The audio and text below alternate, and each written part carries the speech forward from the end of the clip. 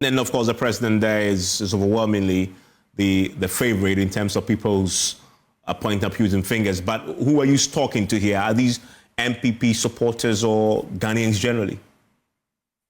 We spoke to Ghanaians in general, but we also did analyze the data by party affiliation to understand what is the thought of people who are NPP sympathizers and those who are NDC sympathizers and floating voters and the rest. Now, when you do that aggregation, you realize that about 59% of the blames among NPP voters, again, goes to Nana Akufo-Addo, which is not far from the average of all voters. And then if you look at the NDC voters, about 75% were blaming Nana Akufo-Addo for the defeat. And among floating voters, surprisingly, 64%. So there was a cross-party agreement on who actually is to be blamed. And the order doesn't change across party lines. And that is fascinating indeed. Going into today, we know from the party themselves, people like Oseche Mensah-Bonsu disclosing the outcome of the Kumasi investigations as to ascertain why they lost, also settled. I mean, people there overwhelmingly settled on Akufo-Addo as a cause of this. He was there today, Musa. He was at the party's meeting today at Alisa.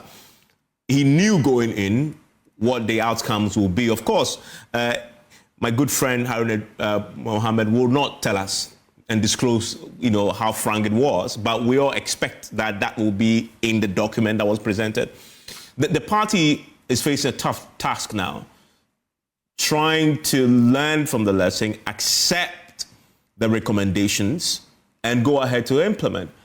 Based on the people that you spoke to, were there any suggestions as to how the party should approach dealing with the matters that people now identify as a cause for their defeat?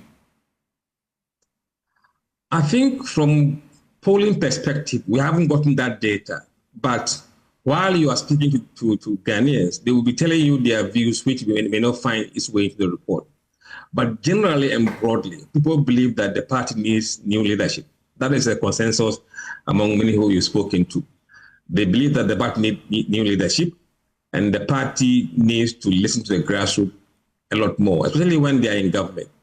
And this is a lesson that I think even NDC should learn from, because whatever mistakes MPP did, it's not far-fetched that NDC could commit the same mistake. So whatever lessons MPP is learning, the NDC must learn. But I think the first and foremost is to have new leadership contest so that they can have new direction, new vision, and then the party can focus on what next.